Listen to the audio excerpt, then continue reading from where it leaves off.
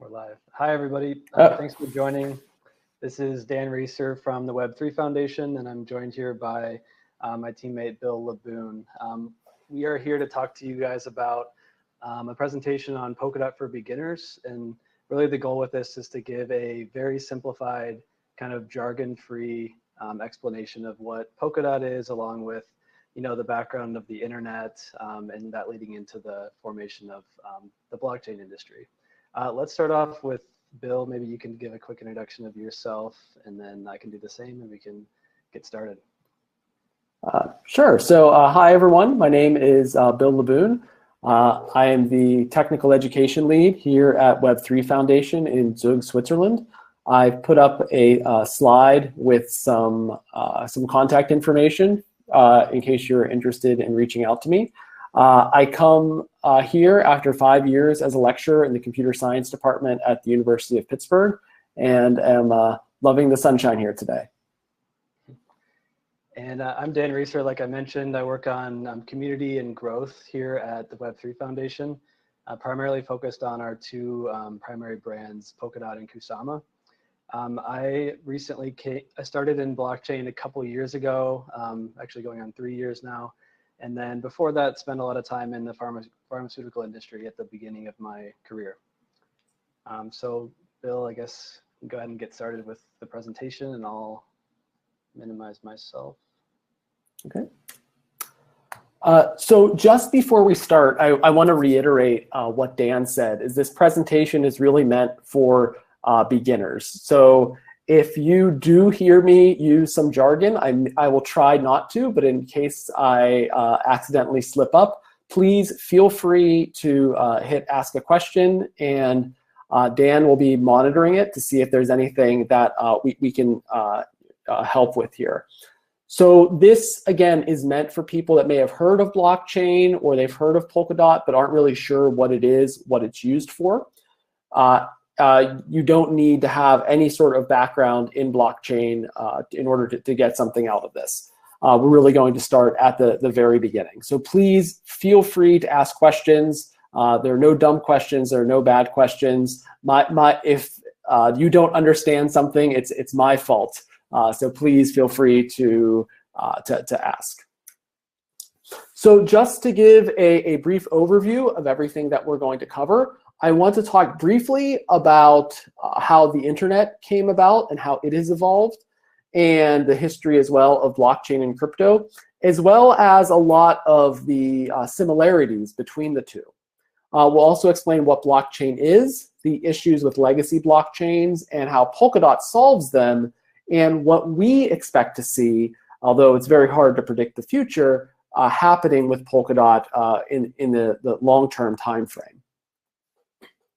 So let's go all the way back to the late 60s.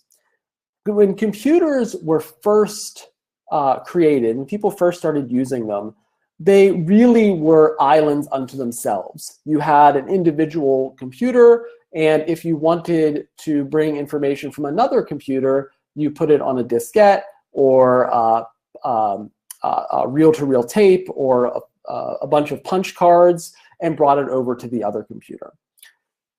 There were a few experiments with networked computing systems starting in the mid-60s, and the most famous one was ARPANET, and arguably the most popular at this time, which connected many of these different computing sites. You'll notice a lot of these sites here are universities, CMU, Rutgers, Illinois, some such as NSA are not universities. One of the interesting things I found looking on this map that NORSAR, one of the first non-US parts of ARPANET, this first precursor to the internet, was a Norwegian seismological research center. I'm really not sure the story behind why that was one of the first connections to the internet, but there you go. So something I want you to sort of think about in terms of evolution here is that we had these individual island computers, and they slowly were getting more connected throughout the 60s and 70s. But it wasn't like nowadays where you have a network connection in your pocket. If you were in Harrisburg or Philadelphia, for instance, well, you would have to, if you wanted to connect to the ARPANET, you would drive down to Aberdeen in Maryland or CMU in Pittsburgh, et cetera, and that would be the only way to connect. Another interesting thing I want to bring up here, when this network first started, people really saw it as a way to increase the computational power of these computers. They said, well, if this computer is really good at doing this kind of math, and this computer is very good at doing this other kind of math, maybe we can combine them to solve more complicated math problems. So I think you'll see we didn't really understand what this network was going to be used for when we first created it. And in fact, very quickly, it became apparent that communication was a major part of what people wanted to use this network for. Before there was email, people would actually basically send files or update files in other people's home directories to send messages to others. Soon after that, in the early 70s, this was formalized into like a real email system. And very quickly, people started using it. In fact, Queen Elizabeth II sent her first email in 1976. For a long time, email was sort of the most advanced, most complicated technology that we were using on top of this network. And then in '78, there was a real sea change where Robert Kahn and Vinton Cerf created a series of protocols, basically just rules, that allowed networks to connect to each other and different networks to connect to each other. Think of it as an Esperanto, a standardized language that all of these networks could use. And in 1983, ARPANET, which was the largest network at the time, adopted this mechanism of communicating. Again, think of it as it developed Esperanto or English. Instead of individual languages, there was some generic language that we could all use. So now that there was this common protocol, we had other networks joining the ARPANET. And so instead of just the ARPANET, it was NSFNet and DoDNet and all of these different networks, FidoNet, that could all connect to each other and talk to each other using the same language. Eventually, ARPANET was decommissioned, turned off, and that gave birth to the internet. They had already made a system that allowed all of these different networks to interact with each other. So we've gone from individual computers to computers interacting with each other at networks to now all of these networks talking to each other.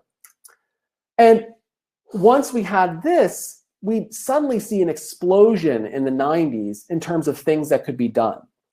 On top of TCP/IP, the generic language protocol that these computers were using, other protocols were developed, such as HTTP, which you may have seen if you've ever entered at the top of a web page, http://whatever.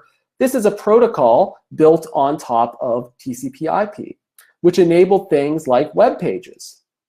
After that, we started getting commercialization of the network. So we had Netscape, and we had the .com boom in the 90s.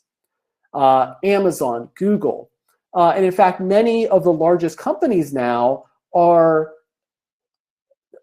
do things that would have been unthinkable back in the 60s when people were first thinking of how to connect these different computers to solve math problems more effectively. When you think about, you pick up your phone and you share a cat picture, can you really imagine someone in the 60s doing that? Or them thinking like, oh, but the fact that these networks can intercommunicate means that someday a company with the strange name of Google will be able to get a lot of data, and that's going to help machine translation, so I can automatically translate Slovakian to Russian or whatever. So one of the things I want to show you is that as these connections grow, as the network grows, more people can use them, and as anyone can use these networks, different things happen that are very hard to predict from the beginning. But this intercommunication and this networking has been very, very effective in bringing new ideas into place and allowing people to implement them. So if we look really at like the 70s, we had a lot of technology being developed that now helps lay the groundwork for how computers communicate with each other. So TCP/IP is just how do networks interact. SMTP is simple mail transfer protocol. How do emails get sent to each other? HTTP is how does a web page get sent to your computer? Tools are built that use those fundamental protocols that everybody shares. So the apps on your phone, your email client, your web browser. And on top of that, what we see are the user applications. The social media, the search engines, the news sites, whatever you use your computer for, your phone for, whatever you access the internet for, really depends upon these lower levels, these foundational levels that were developed over time. So that is this basic idea I want to get across from you, is that this was a slow process of developing fundamental protocols and allowing better communication, and how that led to the modern internet. So I want you to keep that in mind as we start talking about blockchain and its history and how it developed.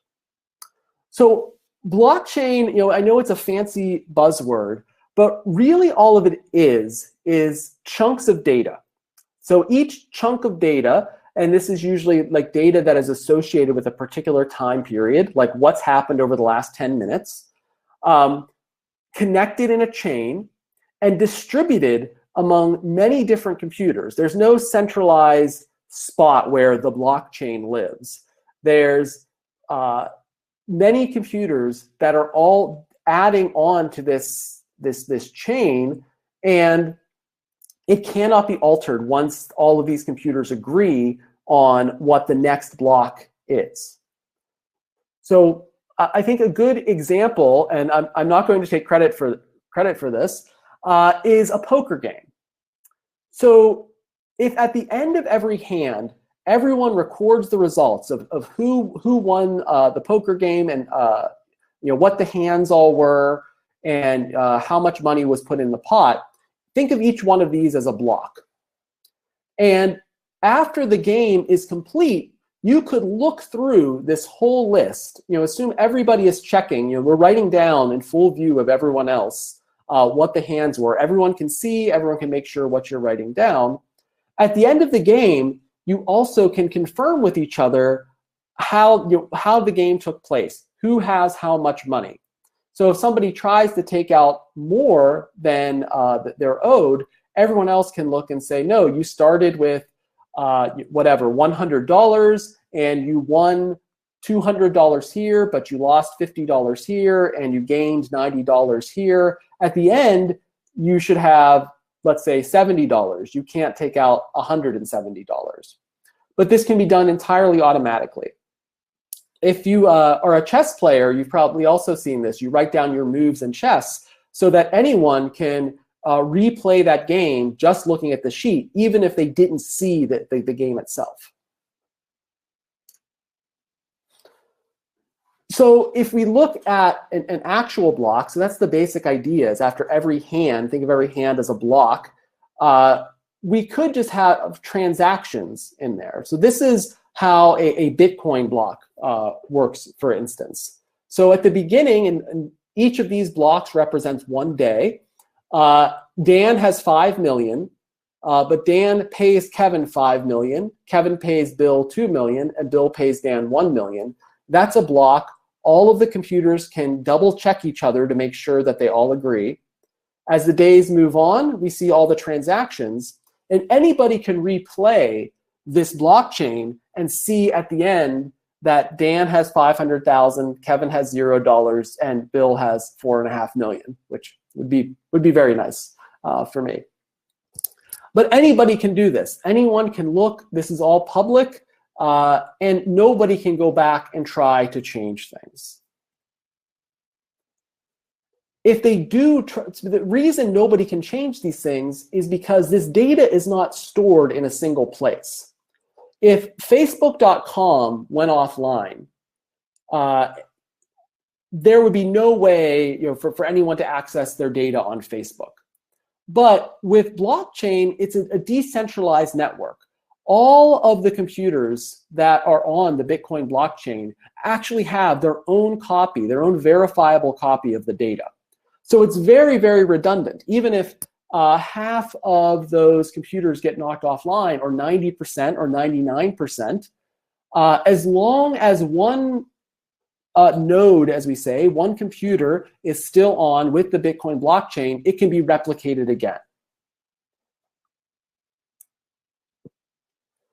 If someone does try to change something, it will be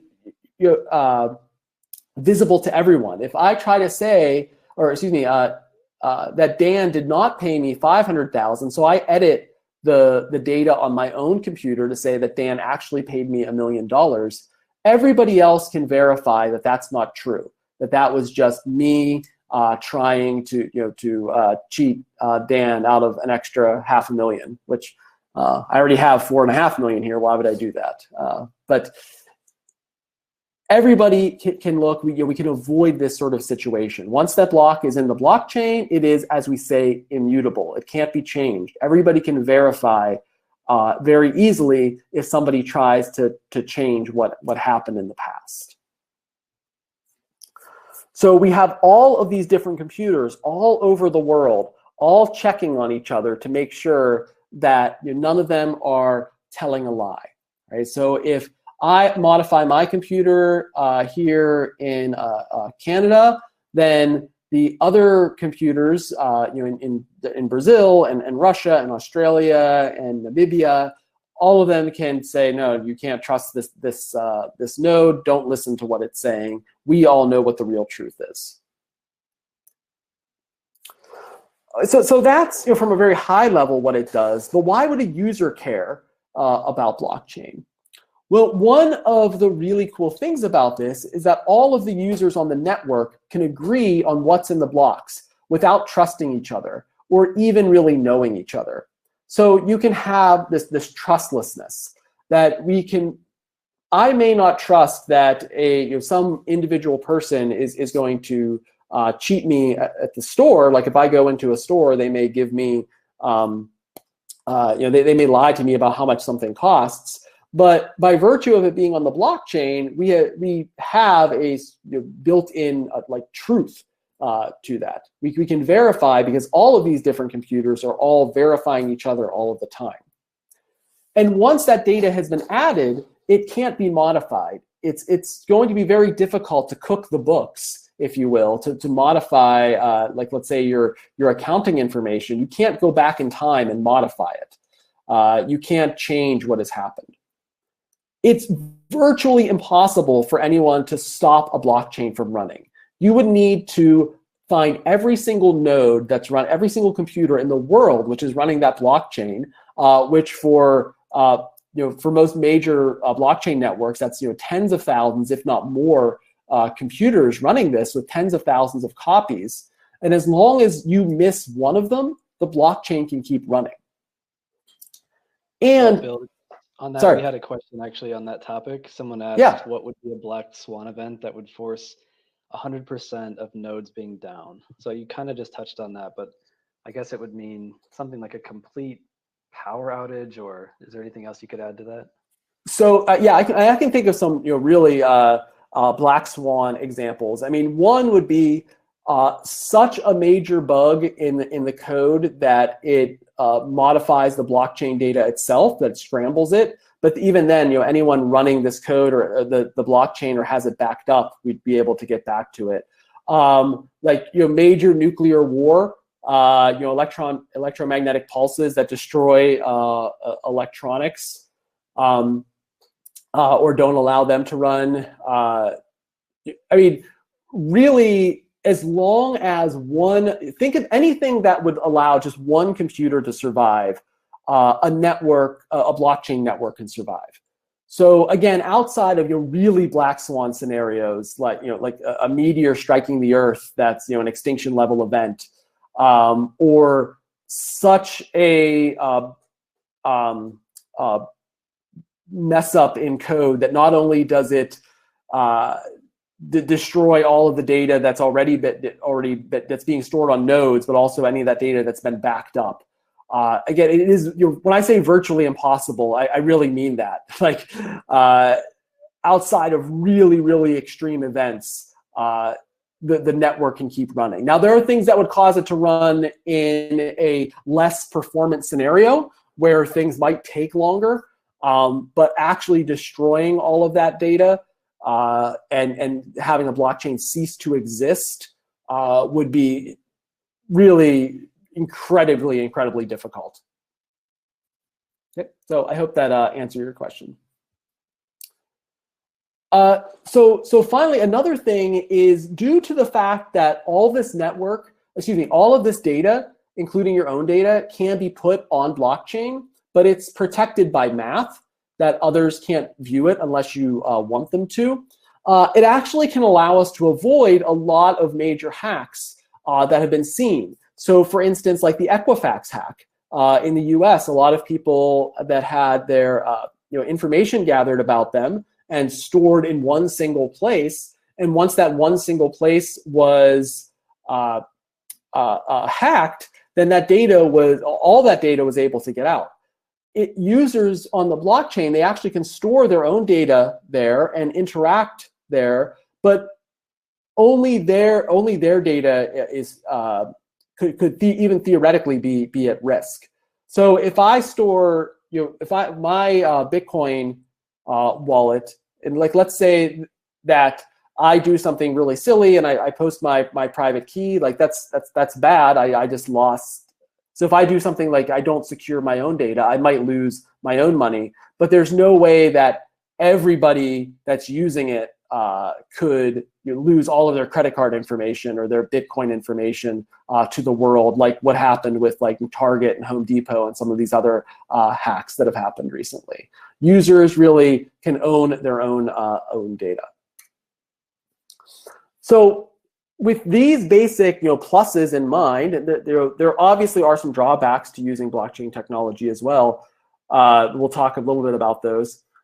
We have a lot of use cases out there. So instead of having to create accounts on different sites, we could have anonymous logins or use pseudonyms using our digital identity. There's actually some really cool things we can do with digital identities. Like for instance, you may want to prove to somebody that you want to go to a bar, and so you want to prove that you're over 21 or 18 or however old you are. But why do we need to, in order to do that, let people know our full name and what date we were born? We're giving a lot of information out. Using blockchain and using something called zero-knowledge proofs, we actually can do things like prove to someone that we're over 21 without actually revealing our birth date or age. So there's a lot of like these really cool tricks that allow us to have these identities without giving out any more information than we need to.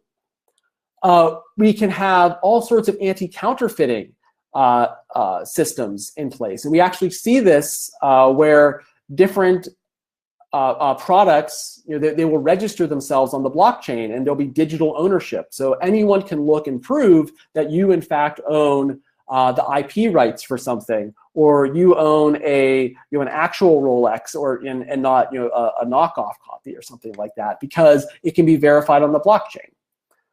We can have ownership of your own data. So healthcare is something that we want to tell our new doctor, for instance, like any medical history that we have, but we don't want the world to know about it. We want to let individuals know about it. We want to know who has that information, how it's shared. This is also something that can be done via blockchain. So healthcare is one instance, but there are a lot of places where you might want to share information only with specific people. So this is actually a chart from the World Economic Forum about things that blockchain can be used to help with. So we have voting on the blockchain and other interaction with local governance structures.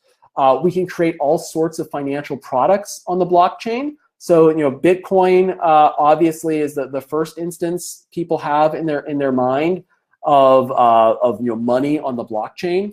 But there are many different financial products. For example, you can loan money to people, or swap for different tokens, or rent products. You can manage other assets. There are even like like socially responsible things. Like there are different ways that blockchain can be used to keep track of pollution, and it's hard to, again, like alter this. Like you've got an immutable history of what kind of pollution came out from different plants. So whenever you start thinking, what is something that it would be very important for somebody to not lie, and it also might be important for some people to have information and others not to have it, but everyone to verify it, then blockchain is a good use case for that. So I've already mentioned Bitcoin, which first started in 2009. Actually, the Bitcoin white paper came out in 2008, and the description of it and the actual network started in 2009. And just like our internet talk, where there was a history, we didn't just have Google appear out of whole cloth, like Athena from the forehead of Zeus one day. There were earlier attempts at creating digital currencies. So DigiCash, for instance, in the 80s allowed for anonymous cash, but the merchants, the people who actually could accept this money, were not anonymous. In 1997, a lot of the basic concepts of Bitcoin were created by a cryptographer named Adam Back with Hashcash. But Bitcoin really brought everything together. And we'll talk a little bit later about in 2015, when Ethereum came out, it allowed applications to be built on top of a blockchain. So Bitcoin is a pretty simple application. It allows you to transfer value from one account to another. Ethereum, a few years later, when it launched, allowed you to develop different applications. It allowed like truly programmable money and programmable applications on the blockchain. And then Dan will be talking about some of the improvements that we are bringing to that with Kusama and Polkadot. So remember I said there were a lot of benefits to using blockchain. Remember, it's immutable. It allows people to trust each other even if they don't know each other. It is extremely hard to try to shut down. But it also has quite a few problems. And I want to go through each of these, but very briefly. Blockchains are inherently very good at interacting with each other, but they're very good at interacting with themselves, like on their same chain, but very poor at interacting with other networks. It's not impossible, but it's very difficult. Just like with their poker game, it's very easy to keep track of what the cards are at your own table, but it's hard to go around to all the other tables and make sure that they're telling the truth as well. It can't scale. These networks can't handle a lot of traffic, and we see them getting clogged up quite often. Poor security, at least for some of these networks. If you want to create your own network, it's actually quite an uphill slog to create a secure network, although Bitcoin and Ethereum themselves have very good security. On that note, why would you want to do that? Well, choosing a single network means there's no customization. It's really one size fits all. And you may have different needs for what you want to produce or what you want to build on. Poor governance system. So it's often very difficult to come to a consensus on the future of the network and what should be done. And finally, upgrades, again, due to the nature of blockchain, are actually rather difficult. And we'll see why. I've got a graphic that I think explains it pretty well. So blockchains are very good at interacting with data stored on them, as long as everybody uses the same blockchain. So just like our example before, we had, if everyone is using the same blockchain, then we can all check on each other. But if some people are using one blockchain and some are using another, then interacting between them is extremely difficult. And we see many attempts at this, but there often are problems, and even in a best case scenario, it's very slow. They're really meant to trust fully any other data inside their network, but are very bad at interacting with other networks without trusting some intermediary. Like, trusting someone who's going to take your message from Tezos and send it to Bitcoin and bring it back. You'd better really trust that messenger. So if we, a system like this, think if we had these different internets all over the world. So every continent had its own, there was like a North America internet and a South America internet. And if somebody wanted to send a message from Pittsburgh to Buenos Aires, then they would have to send a message to somebody they know in, let's say, Panama. That person in Panama would print out the message, go cross the border, go down into Colombia, find a system on the South America internet and type it in. Again, it's possible, but you need to trust the intermediary that they're not going to change the message. And it's very slow and awkward. And scaling issues.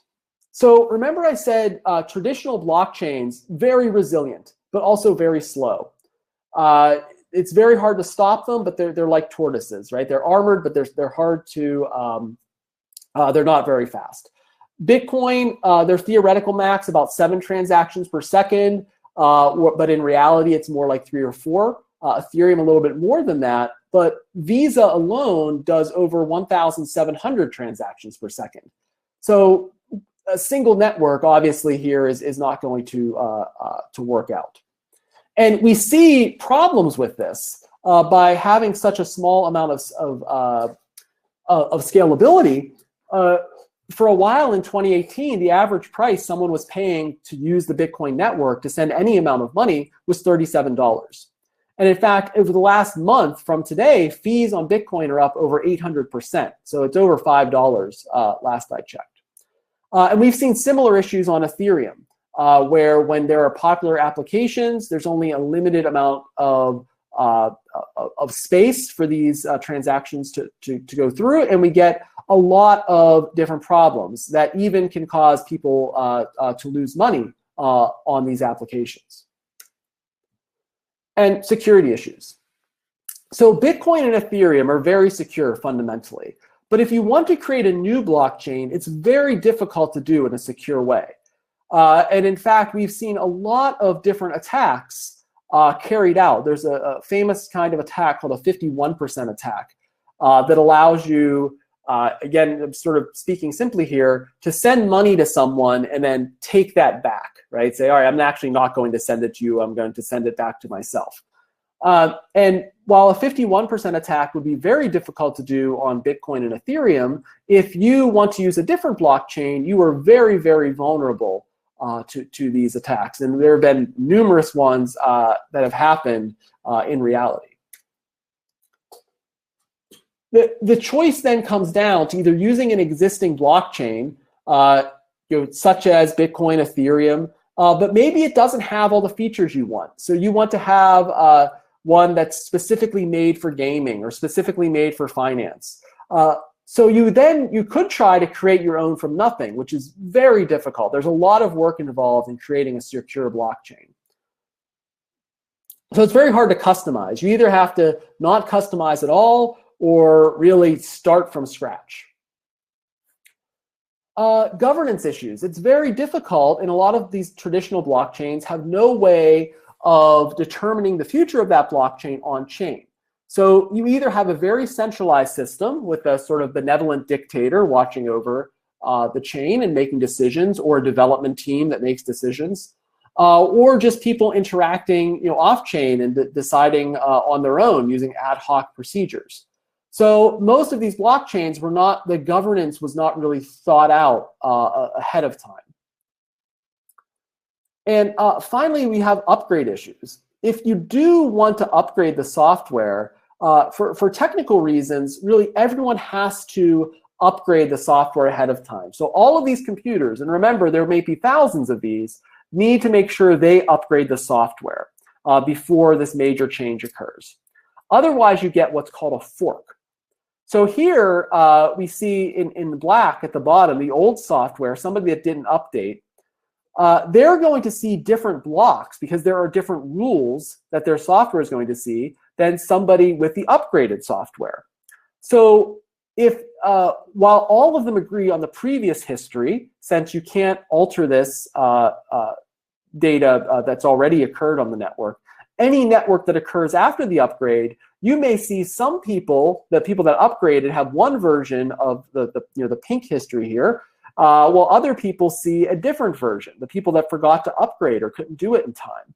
And once you have done that, these chains are now irrevocably sundered. They are now totally different chains. I can't just take the data from the old software and sort of send it over to the new or vice versa. Either we have to just eliminate all of that old software and ignore it, or the upgraded software has to give up and the people use the old software. So these are quite a few challenges that that blockchain gives us. Again, a lot of benefits, but there are also some challenges. So I'm going to let Dan now explain how Polkadot can solve some of these challenges.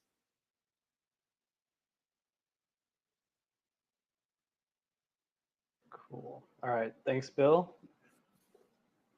Let me share my screen.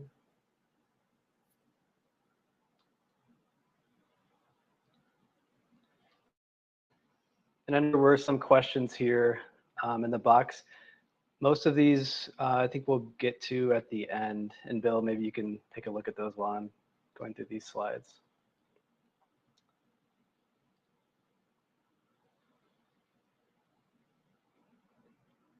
Cool. Can you guys see my screen?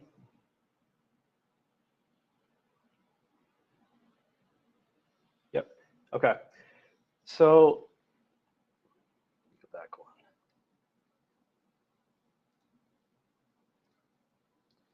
Okay, so thanks, Bill, for going through all of that. Now that you guys have a little bit of an understanding of the history of the internet, the history of the blockchain industry, and kind of what challenges exist with current networks, I'm going to start going through Polkadot and how Polkadot's working to address a lot of these challenges.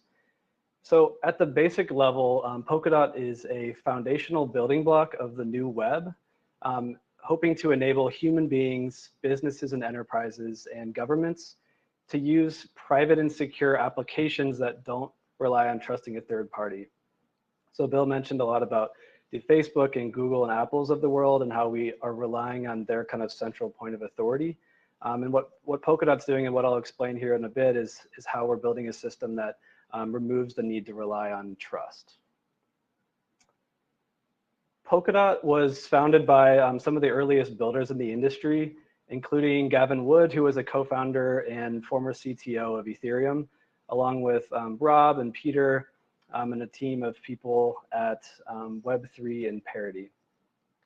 So the Web3 Foundation and Parity are the two organizations that you'll hear quite a bit as you get into the Polkadot ecosystem. These are the two primary organizations driving forward Polkadot and another project called Kusama. The Web3 Foundation is who Bill and I both work for, and this is an organization based in Switzerland of around 50 of us. Around a third or a fourth of our team are cryptographic researchers. So these are blockchain wizards, essentially, that are building a lot of futuristic specifications for how this technology should evolve. And then they pass those specifications on to teams like Parity, another team called Soramitsu out of Japan, to actually use their software development teams and engineers to implement that in the code. Parity themselves are based in Berlin. As I mentioned, it's a big development shop of around 120 people. And these two organizations work kind of hand in hand on driving Polkadot forward. Hey, Dan, I'm not seeing your slides. Oh, you're not? Can other people it's showing the crowd.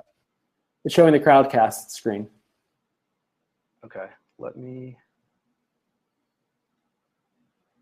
Sorry, Al.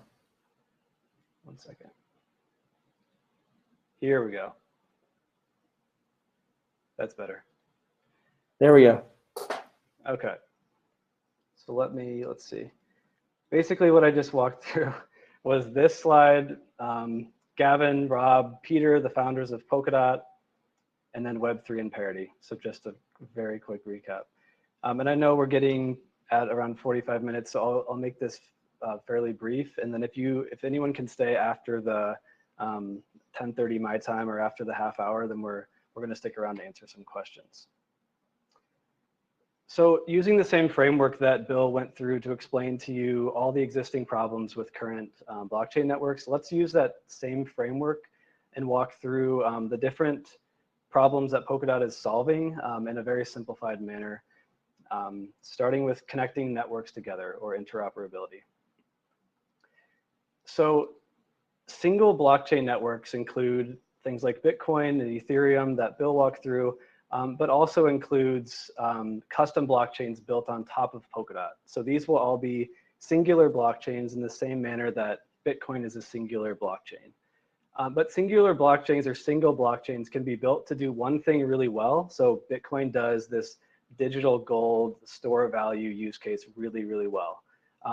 Custom blockchains built on top of Polkadot, for example, for gaming or for finance or insurance or for healthcare, will do one thing really, really well because that's what they're focusing on. Single blockchains from the past have also tried to do a lot of different things just okay.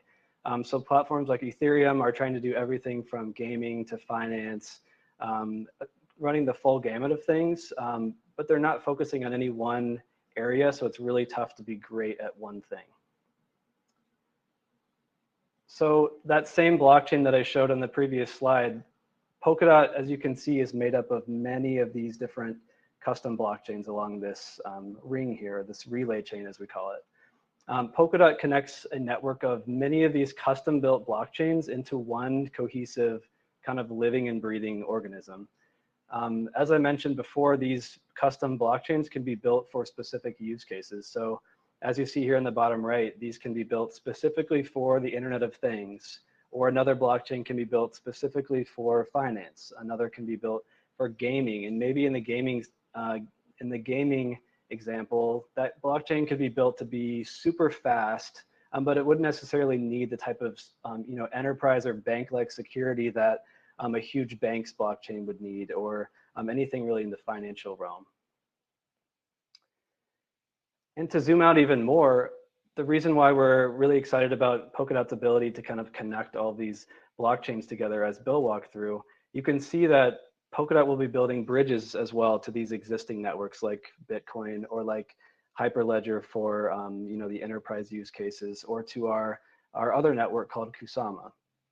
Kusama probably deserves its own entire presentation, but just as a quick background, Kusama, as you can kind of see from the diagram, is essentially the exact same code base as Polkadot.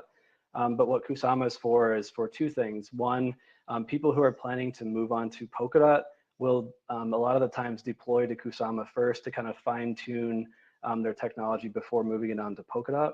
And then in the other case, there's people who might want to move a little bit faster or take a little bit more risk, or maybe have a little bit lower of an economic barrier to getting started.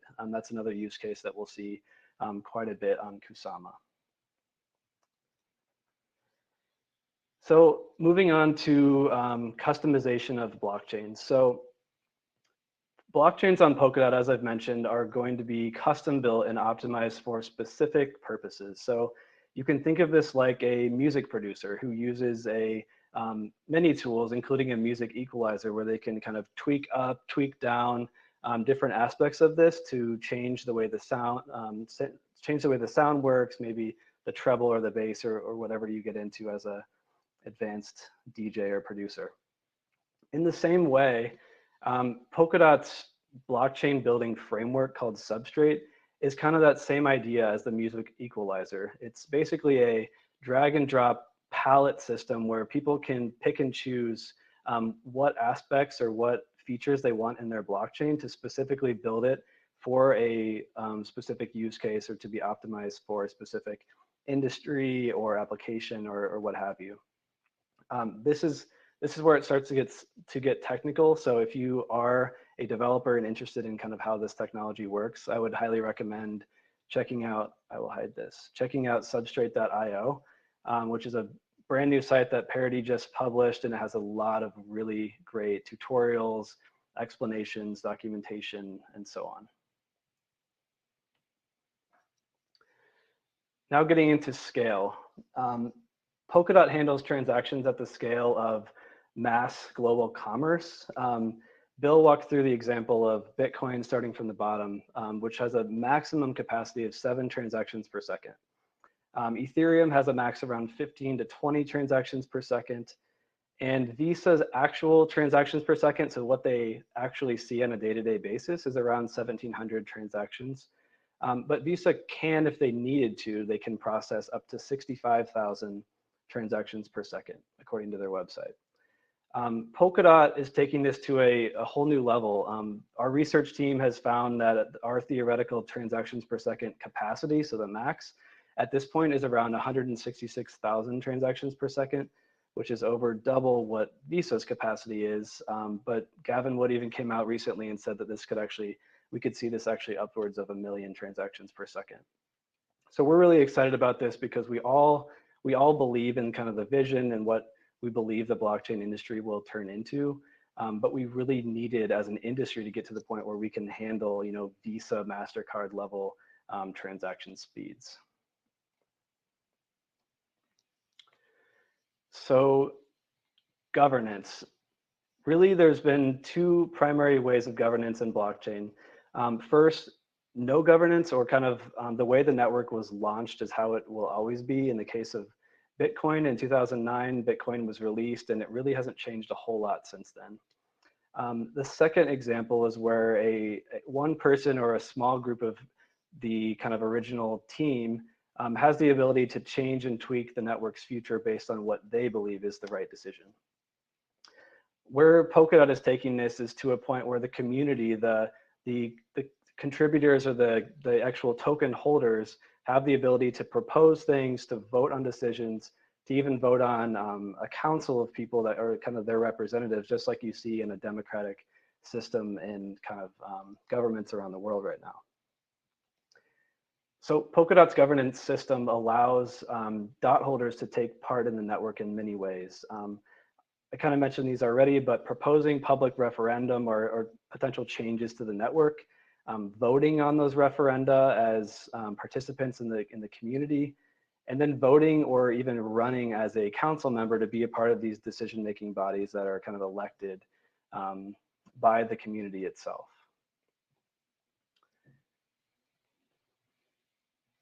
Now, for security, I'm going to walk through an example here. So imagine you're someone named Chad, a work-from-home accountant whose job, of course, is to be an accountant on their computer at home at their desk. But in this case, Chad needed a desk, but he's actually decided to go out and chop his own wood, go to the wood shop and sand and cut his own wood, then acquire nuts and bolts and screws, and then sit there and go through the headache of trying to build his desk, all for the purpose of getting to an end result of just a really plain, decent desk for doing his work as an accountant. But why did Chad go back and decide that he wanted to get into the wood chopping business, the woodworking business, and acquiring his own, nuts and bolts and screws? Now, let's take another example of Thad. Thad is a work-from-home CFO and the need of a desk, but he went about it the smart way. He found one that had free next-day home delivery, and he got it with free triple monitors. So he has no, very low work in actually getting to the point where he can do his job. He's here to be a CFO, be on his computer at home, and that's what his specialty is. And he doesn't want to waste time and effort going and chopping his wood, building his desk, just to get to the point where he can do his job. The reason why I set that up is because that is how Polkadot's security model works. Polkadot makes it super easy for these blockchain teams building their own blockchain to just plug into the existing security system that Polkadot has set up and focus on what they do best, which is coding and building their blockchain. Just like the person who went back and chopped their own wood, created their desk, bought the nuts and bolts, they spent a lot of time doing something that is not their specialty. So we want to do that with Polkadot. We want people to come in, be able to have an existing network of these validators, as we call them, who have this massive amount of security that they can just immediately plug into and not waste their time going out and trying to recruit a whole set of validators to secure their blockchain. So last, I want to walk through an example on the ability to self-upgrade and avoid the situation like Bill walked through with a fork. So take a Shelby GT500 from the 60s or a Tesla. They're both beautiful cars, they're both very fast, they're both highly sought after. But when you buy the Shelby on the left, the car that you get on day one is going to be the same car you get, if not a little bit more deteriorated, after 5 or 10 years. But the reason why people love Teslas, one of the reasons why, is because Teslas can actually upgrade over the air through Wi-Fi or through 4G and actually get upgrades to their car that impacts the different abilities the car has, such as pulling itself out of the garage or parking itself or self-driving features that Elon and his team have rolled out. So we believe Polkadot has a similar model as that Tesla, where it will self-upgrade and be ultimately future-proof, because we will avoid the need to split the network just to introduce a new feature or ability of the network.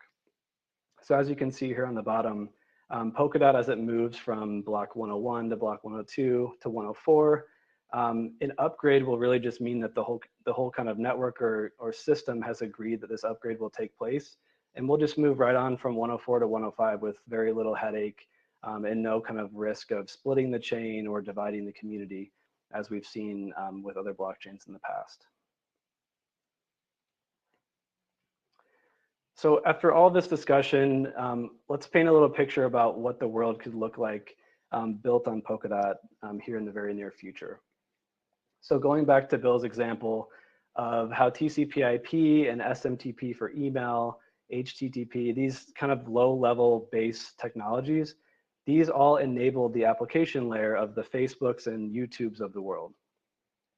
In a very similar manner, Polkadot, through our blockchain building toolkit substrate, through other things like cross-chain message passing, which allows blockchains to communicate, bridges to other networks, as I mentioned, this will all enable this application layer that we honestly can't even comprehend, just like Bill said, with people who were creating the internet in the 70s couldn't comprehend that Google Translate could help us translate Spanish to Portuguese, for example. A couple of these have already been kind of underway. So Subsocial is an example of a decentralized social networking platform being built on Polkadot. Akala, a team out of New Zealand, building decentralized finance software. And then Brave Browser is another example of a company that's going into this kind of decentralized Web 3.0 space. But one thing to keep in mind is that so blockchains, when we are successful as a blockchain industry, just like with databases, very successful databases, end users ultimately shouldn't even notice that their app uses a blockchain. So on this slide here, the top icons here on the top are the top 5 most downloaded and used applications in the world. On the bottom here are the top 5 most used databases in the world. But people are not choosing to use Instagram or Facebook because they use a MySQL database or because they use a MongoDB database. In the same way, we will be successful when someone can use an application, maybe it's a decentralized version of Facebook, but we don't necessarily want them to know that they're using a blockchain. We just want the experience to be just as good, if not better, as they're getting in Web 2.0 applications right now. So getting close to wrapping up, what does the world look like in terms of use cases on Polkadot? And this really runs the full spectrum from consumer to enterprise to government. And on the next slide, I'll get into some examples of ones that are already being built. But just to be brief, government blockchains, Bill mentioned identity, land titlings, smart contract law could be very potential use cases on Polkadot. Finance and healthcare or anti-counterfeiting are great examples of enterprise use cases that we will see pop up in the network. And then on the consumer side, this is where you get into the equivalent of a Facebook, Instagram, Snapchat of the world, where it's going to be end users like you and me or our parents or grandparents using things like social networks, messaging platforms that are secure and decentralized, or personal finance, like a decentralized version of Venmo or PayPal, for example. But those things are all great to talk about hypothetically, but let's talk about a little bit of the projects that are already underway. So the Web3 Foundation gives away a lot of grants. We've given away over 100 now, and here's kind of a little graphic of what's underway right now, which really touches on a lot of those consumer, enterprise, and government use cases that I just outlined on the last slide. So these teams that have received grants from the Web3 Foundation are working on everything you can see on the left, from gaming to finance, to even robotics and Internet of Things in the enterprise space. So this is a graphic. There's also, if you Google Web3 grants, there's plenty of information you can read if you are a developer interested in receiving or applying for a grant, or if you're interested in just learning more about all these 100 projects here on the right and what they're building right now. So that's about it. One other thing that I wanted to mention is that Polkadot's getting very, very close, within days of beginning our launch process.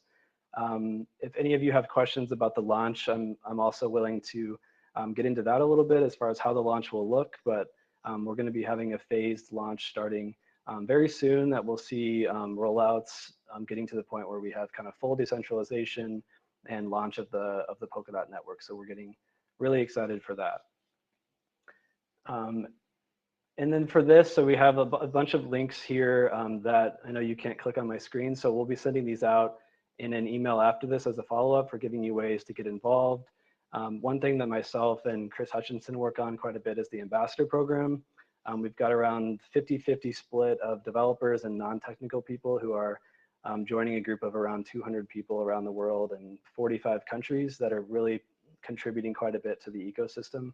So that's a really great way to get involved, as well as following us and staying updated on everything. So I will let Bill come on too, and we can start going through questions.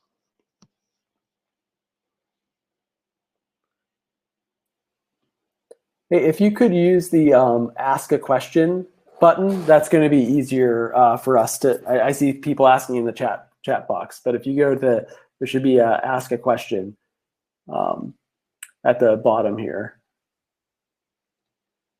Dan, could you click on it? No, yeah, well, whatever. Thank you. Yeah. All right. Thanks, Hutch.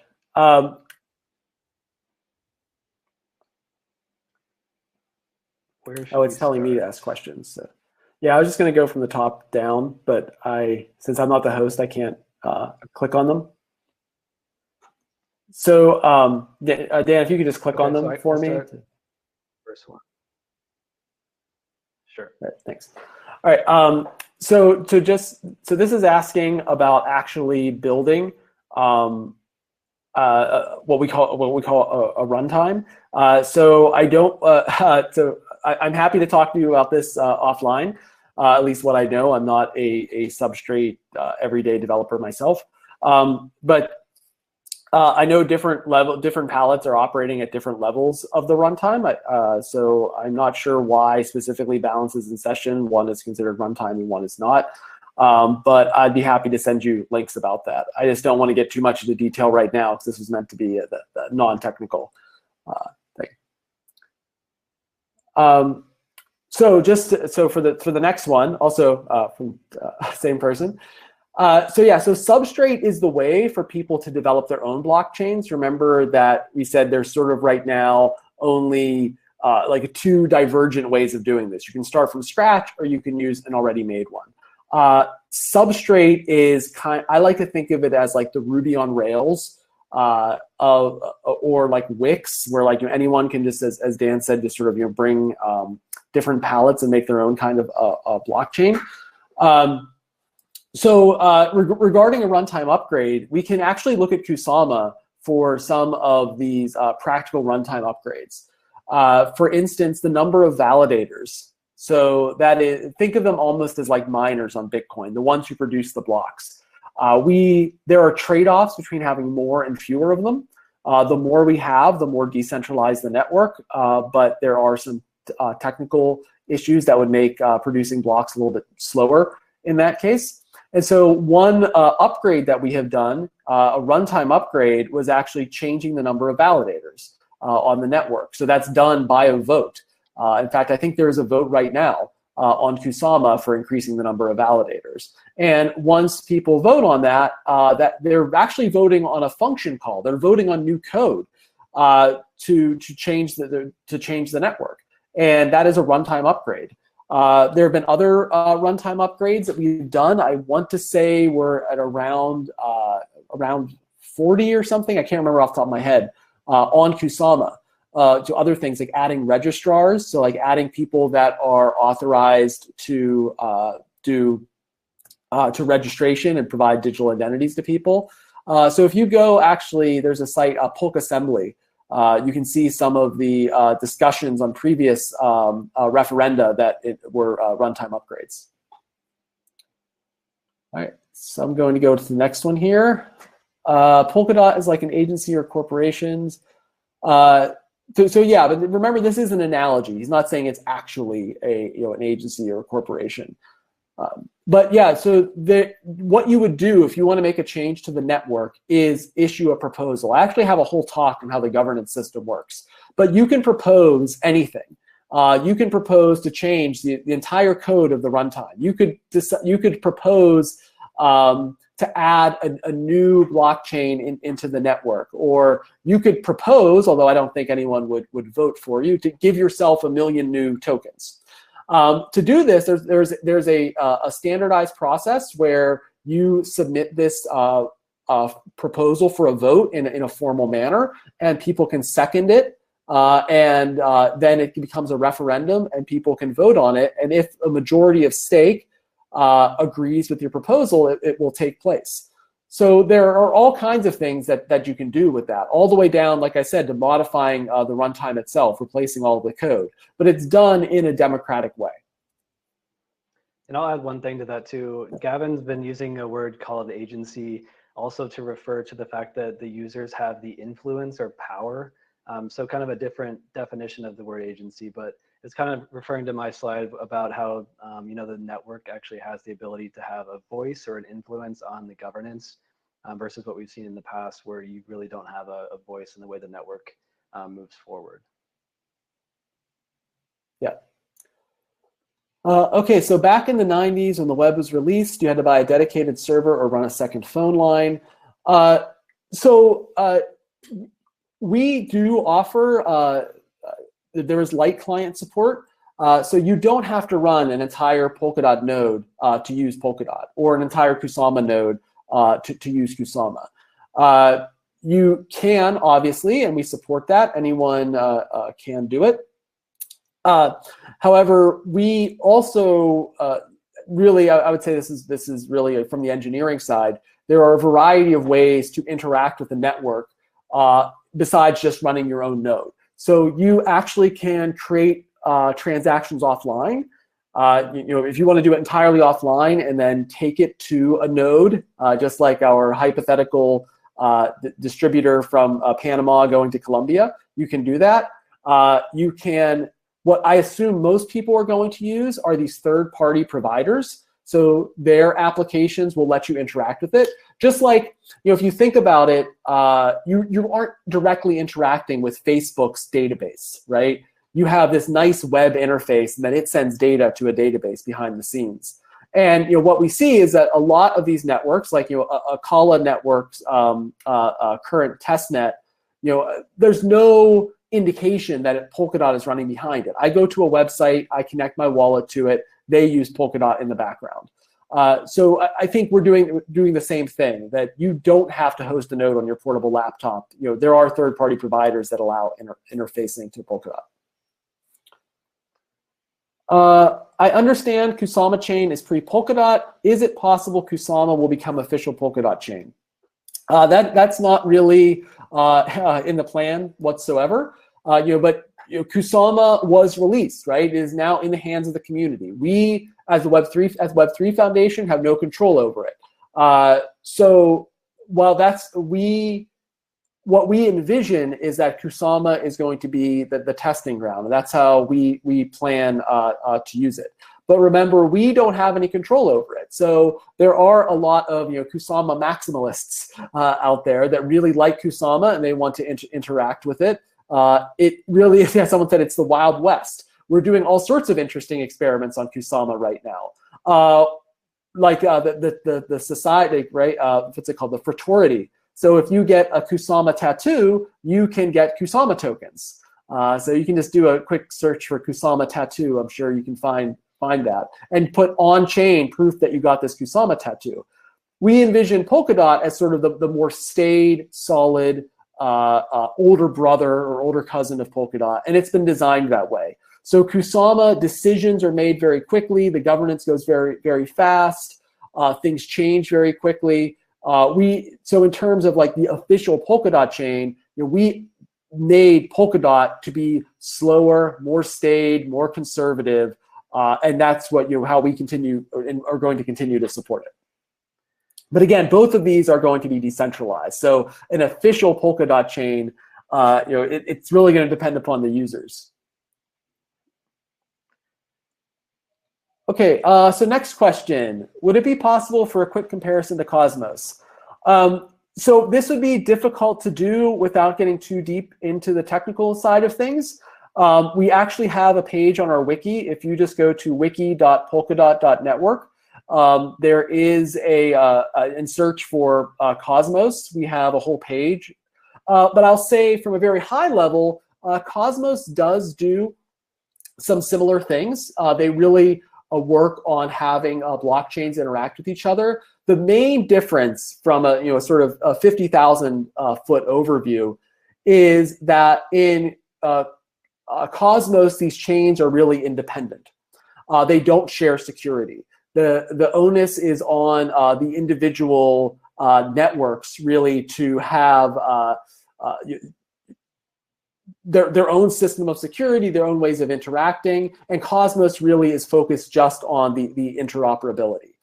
Polkadot, on the other hand, we're really trying to be more of a one-stop shop where we can provide this cross-chain compatibility. We can provide this shared security so that all of these different networks that are produced can all share security together instead of worrying about it individually.